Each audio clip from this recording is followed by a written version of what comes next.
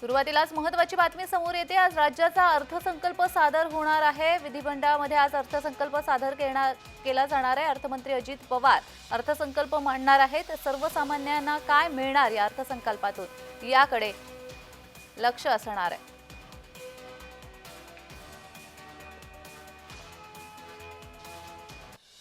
राज्याचा अर्थसंकल्प आज सादर केला जाणार आहे। अर्थमंत्री अजित पवार हे अर्थसंकल्प सादर करणार आहेत।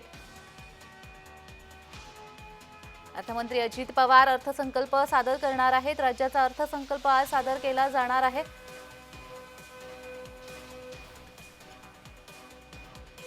अर्थमंत्री अजित पवार अर्थसंकल्प सादर करणार आहेत। त्यामुळे आता सर्वसामान्य नागरिकांना काय मिळणार हे पाहावं लागणार।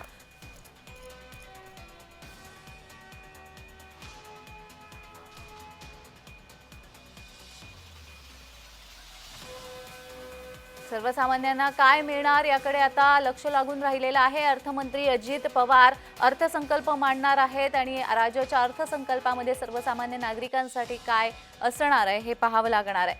अर्थमंत्री अजित पवार हे अर्थसंकल्प मांडणार आहेत। सर्वसामान्यांना या अर्थसंकल्पामधून काय मिळणार याकडे लक्ष असणार आहे। तर निवडणुकीनंतरच म्हणजे या सरकारच्या कार्यकाळातील हा पहिला अर्थसंकल्प आहे। त्यामुळे राज्याच्या अर्थसंकल्पामध्ये सर्वसामान्य नागरिकांसाठी काय असणार आहे पाहावं लागेल। आज राज्याचा अर्थसंकल्प सादर होणार आहे। अर्थमंत्री अजित पवार हे हा अर्थसंकल्प मांडणार आहे। त्यामुळे सर्वसामान्य नागरिकांसाठी या अर्थसंकल्पामध्ये काय असणार आहे हे पाहावं लागणार आहे। कारण या सरकारचा हा पहिला अर्थसंकल्प आहे आणि जसं आपण पाहिलं होतं जाहीरनाम्यामध्ये सांगण्यात आलं होतं लाडकी बहिणीला 2100 रुपये मिळणार आहे। मात्र आता नुकतंच अदिती तटकरे यांनी जे विधान केलंय त्यानुसार कोणत्या वर्षापासून हे 2100 रुपये चालू होतील हे सांगण्यात आलेलं नव्हतं। जाहीरनाम्यामध्ये जरी 2100 रुपयांची घोषणा करण्यात आली होती तरी ही कधीपासून लागू होईल हे मात्र आम्ही सांगितलं नव्हतं असं अदिती तटकरे यांनी म्हटलं होतं। मात्र अर्थसंकल्पानंतर हे 2100 रुपये दिले जातील अशी आशा कुठेतरी लाडक्या बहिणींना होती। आता या अर्थसंकल्पामध्ये या संदर्भातल्या काही तरतुदी असणार का हे देखील पाहणं महत्त्वाचं असणार आहे। शिक्षणासंदर्भात काय तरतुदी असतील हे देखील पाहावे लागेल। शेतकऱ्यांसाठी हा अर्थसंकल्प किती महत्त्वाचा असणार आहे हे देखील पाहावं लागणार आहे। तर या संदर्भात अधिक माहिती देण्यासाठी आमचे प्रतिनिधी महेंद्र जोयल आपल्यासोबत जोडले गेलेले आहेत। महेंद्र, आज राज्याचा अर्थसंकल्प सादर होतोय आणि अर्थात सरकारचा हा पहिला या कार्यकाळातील अर्थसंकल्प आहे। काय अधिकचा तपशील आहे? जान्हवी, सरकारचा महायुतीचा पहिला अर्थसंकल्प आहे आणि अजित पवार यांचा हा 11वा अर्थसंकल्प आहे। अजित पवार हा एक विक्रमच करणार आहेत। त्यामुळे अजित पवारांनी शेषराव वानखेडे यांनी 13 वेळा अर्थसंकल्प सादर केला होता आणि अजित पवार आज 11 वेळा अर्थसंकल्प सादर करणार. हा अर्थसंकल्प दुपारी 2 वाजता जो विधानसभेत जो आहे तो मांडला जाणार आहे आणि अजित पवार जे ते यावेळेस मुख्य महाराष्ट्राला काय देणार याकडे सर्वांचं लक्ष असणार आहे। महिलांसाठी काय असणार आहे, बेरोजगारांसाठी काय असणार आहे, शेतकरी आणि उद्योजक व्यापाऱ्यांसह त्यांना काय असणार आहे या संपूर्ण जनतेचं महाराष्ट्राचं लक्ष या बजेटकडे लागलेलं असणार आहे। जान्हवी, अगदीच।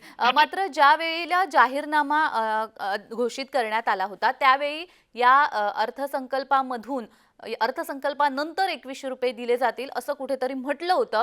मात्र ते विधान आता काहीसं पुसट झालेलं आहे। कारण नुकतंच विधानसभेमध्ये ज्यावेळी अधिवेशनाच्या दरम्यान अदिती तटकरे बोलत होत्या त्यावेळी त्यांनी हे विधान केलंय की आम्ही कधीपासून हे 2100 रुपये देऊ हे सांगितलेलं नाहीये, कारण आमचा कार्यकाळ 5 वर्षाचा आहे। त्यामुळे आम्ही ज्या वेळेला सुलभ होईल आपल्याला तेव्हा आम्ही 2100 रुपये करू। मात्र यापूर्वी एक विधान केलं गेलं होतं की अर्थसंकल्पानंतर 2100 रुपये दिले जातील। यामध्ये कितपत तथ्य आहे? आत्ता या ज्या लाडक्या बहिणी आहेत त्यांना 2100 रुपये या अर्थसंकल्पानंतर मिळतील का? नक्कीच हेच पाहण्याचा महत्वाचं असणार आहे। कारण सध्या राज्यावरती जो कर्ज आहे त्या कर्जामधून किंवा आणखी जे काही प्रोजेक्टची प्रकल्प आहेत त्यांचाही खर्च आहे।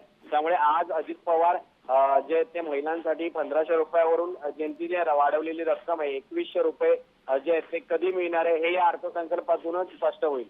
जान्हवी, अगदीच महेंद्र, मुंबई आर्थिक राजधानी म्हणून मुंबईची ओळख आहे खरं तर, आणि बरेच उद्योग धंद्यांमध्ये आता महाराष्ट्र पुढे जाताना आपल्याला दिसतोय. काही उद्योग हे इतर राज्यामध्ये वळताना दिसत आहे. उद्योगांच्या दृष्टीने या अर्थसंकल्पामध्ये काय महत्त्वाच्या गोष्टी असतील का?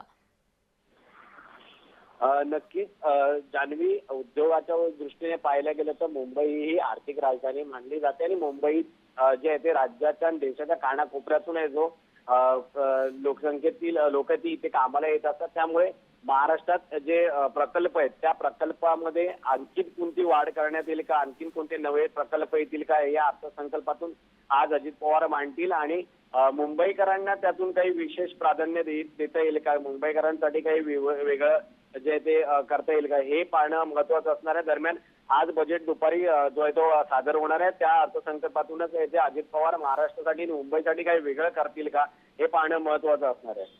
अगदीच एक सगळ्यात कॉमन प्रश्न असतो सर्वसामान्यांचा, तो म्हणजे काय महागणार आहे किंवा काय कशाची किंमत स्वस्त होणार आहे याच्याकडे लक्ष असतं. दुसरं असतं महत्त्वाचं, ते म्हणजे शेतकऱ्यांना काय मिळणार, यासाठी देखील या अर्थसंकल्पाकडे लक्ष दिलं जातं.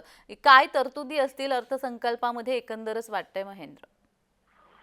शेतकऱ्यांचा महत्वाचा जो मुद्दा आहे तो त्यांचं कर्जमाफी आहे, त्यांना मिळणारी वीज आहे आणि जे काही त्यांचं बियाणं असतं त्यावरती काही सूट आहे, हमी भाव मिळणार का त्यांना त्यांच्या मालाला, हे पाहणं महत्वाचं असणार आहे. दरम्यान अजित पवार या सगळ्या गोष्टींकडे कसं पाहतात आणि अर्थसंकल्पात ते शेतकऱ्यांसाठी काही विशेष करतात काय, हे त्या बजेटमधून जे आपल्याला समजून येईल. दरम्यान दुपारी 2 वाजता जो बजेट सादर होणार आहे त्या अर्थसंकल्पात अजित पवार शेतकऱ्यांसाठी काही विशेष करतात हे पाहणं महत्वाचं असणार आहे. अगदीच महेंद्र, या अर्थसंकल्पाकडे आपलं लक्ष असेलच. तुर्तास धन्यवाद.